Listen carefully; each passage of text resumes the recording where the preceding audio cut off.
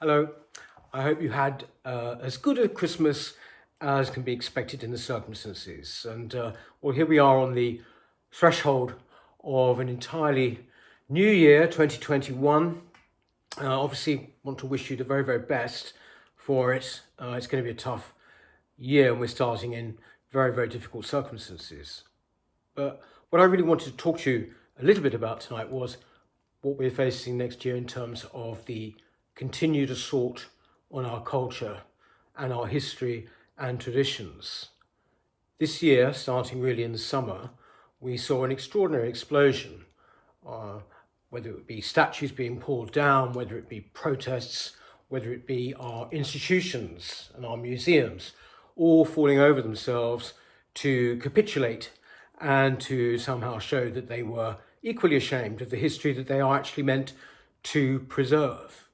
Now, many of us have seen this coming for a long time. In fact, many of us would say this has been the position for decades, in fact.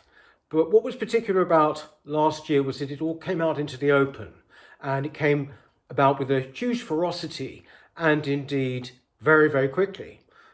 People were falling like ninepins to show how they were on board with Black Lives Matter and indeed why they were going to change the whole emphasis of their particular institution.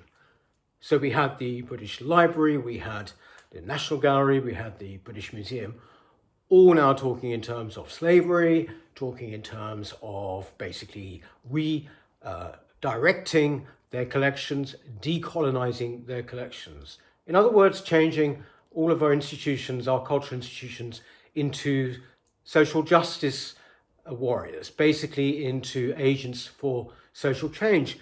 That is not what they're meant to be about. They're meant to be preserving our history and indeed celebrating it. But the mere fact that they would even consider that they should celebrate it would strike them as odd. And that shows you quite how far we have gone, quite how far indeed we have fallen. One thing is for certain, this government has shown itself to be weak and feeble in terms of mounting any kind of defence of our history and our culture. And in fact, today I read that the government have given £1 million towards a new project, which is going to be a historical registry of people involved in the slave business over a period of 2 centuries. Now they're giving £1 million towards this.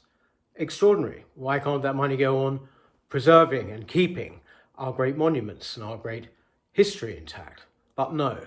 And of course, this project is being headed up by academics. There is no great surprise there. The academic world is pretty much lost to us and has been for absolutely years. This year at the New Culture Forum, we produced a book called The Long March Through the Institutions. And it was very, very timely, actually. It was by Mark Sidwell. And it was talking about how the left had basically, essentially taken over however it was done, and however organised it was, and however random it was. They now essentially run most of our institutions, whether it's the BBC, right through, as I say, to the National Gallery or National Trust even. This has got to be resisted. We're not getting any resistance really from any politicians. They just don't do these kind of issues, even when they are staring them in the face. And the Conservative Party, as it's famously been said, have never conserved a thing. So basically we can't look to them. What I will say to you is that the New Culture Forum will continue to fight for our history, for our heritage, for our values, and against the overpowering orthodoxies which are now firmly in place, which you disagree with at your peril. We will continue to fight against those. We will continue to fight for free speech. We will continue to uphold our history, our great legacies to the world. And indeed, this is incredibly important going forward. It's not just about the past, because if we don't know who we are, then basically how can we possibly face the future? It's just like an individual without a personal history. A country is no different. If you wipe away its memories, then it doesn't know who or what it is, or indeed what it should be standing up for. That's the position that we are increasingly in now. But many of us are not going to accept that, and many of us are going to fight. So we will, and we'll be with you.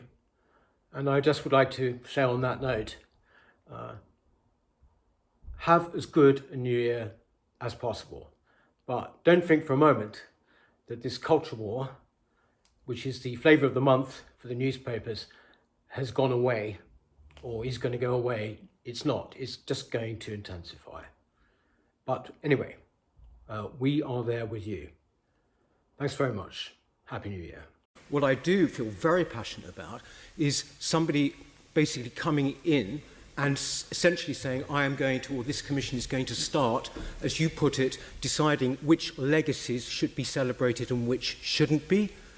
No one has the right to do that. And I think it is extraordinary at a time when this city is facing almost extinction level event economically, largely as well down to many of the things you've done, such as congestion charge and all of that, that actually now you start attacking its heritage.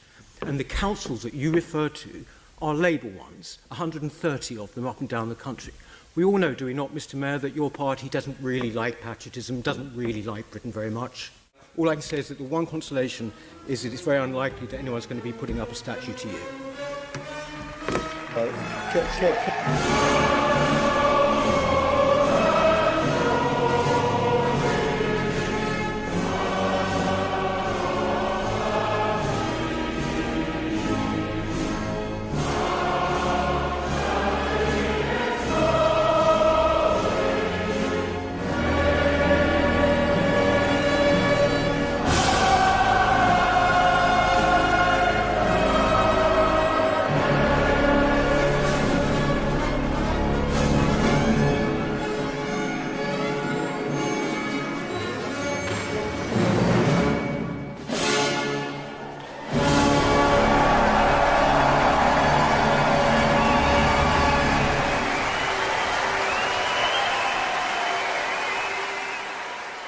The pomp and